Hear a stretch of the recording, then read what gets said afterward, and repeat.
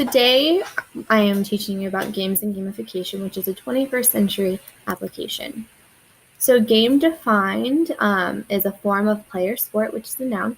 The verb is play video or computer games, but the one I wanted to focus on for today is the adjective, which is eager and willing to do something new or challenging. And in a classroom, that is so important to get your students to understand that they have so much potential and you need to get them eager to learn. So I love this picture because learning and games are the two biggest things, and those two play hand in hand.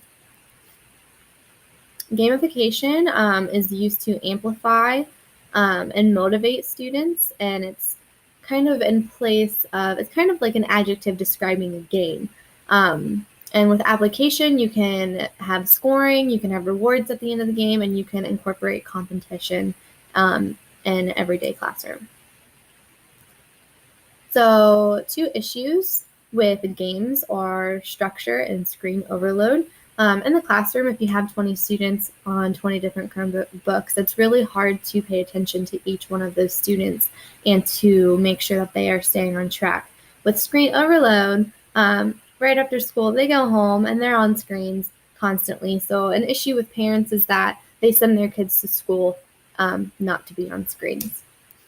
2 solutions I have with that is with structure, be collaborative, do a whole group unit instead of just individual work. And for screen overload, use it in moderation. You don't need to use games or anything like that in the classroom 24/7. My opinions is I disagree with the screen overload. We are in the 21st century and technology is very prevalent, so we need to work with what society is giving us.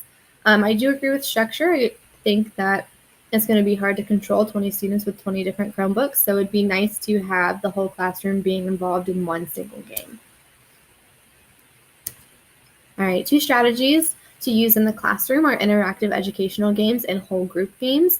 Some examples of interactive educational games would be a math program that you can answer so many math problems right, and then you get to play a rewarding game afterwards, and that's the same with fill in the blanks. For language arts, however many words you can fill in, at the end you get to play a game to reward you with that. So those fun games are integrated in with the different educational programs. And whole group games include Jeopardy, Bingo, and you integrate competition within those 2 because it gets the students really excited and gets them motivated to pay more attention. And now we have apps. So one app is Storybird Tales or Little Bird Tales, and that gets the students thinking creatively and stimulates their imagination, which is so important in a classroom nowadays. And then you have Flip Quiz, which is a Jeopardy tool, and you can create your own Jeopardy board. And then you have Game On, which is a simulation of different types of games. You can pick and choose which ones you want to play with. And the teacher just gives out a code and the students can log on with that. So on this slide, we have 3 pictures. The top one is from Little Bird Tales, and the students can draw their own picture to match their story. Flip Quiz, you see down there, you have the Jeopardy board with the card. And then Game On, you have where you can choose your own games. All right, now we're going to go to impact. The impact that this can have in the classroom is it gets the students more engaged, and that is so important in a traditional style classroom. It is highly interactive. The games are, so when you're up in front teaching and you have a Jeopardy game, everybody is paying attention because it includes topics that everybody is interested in.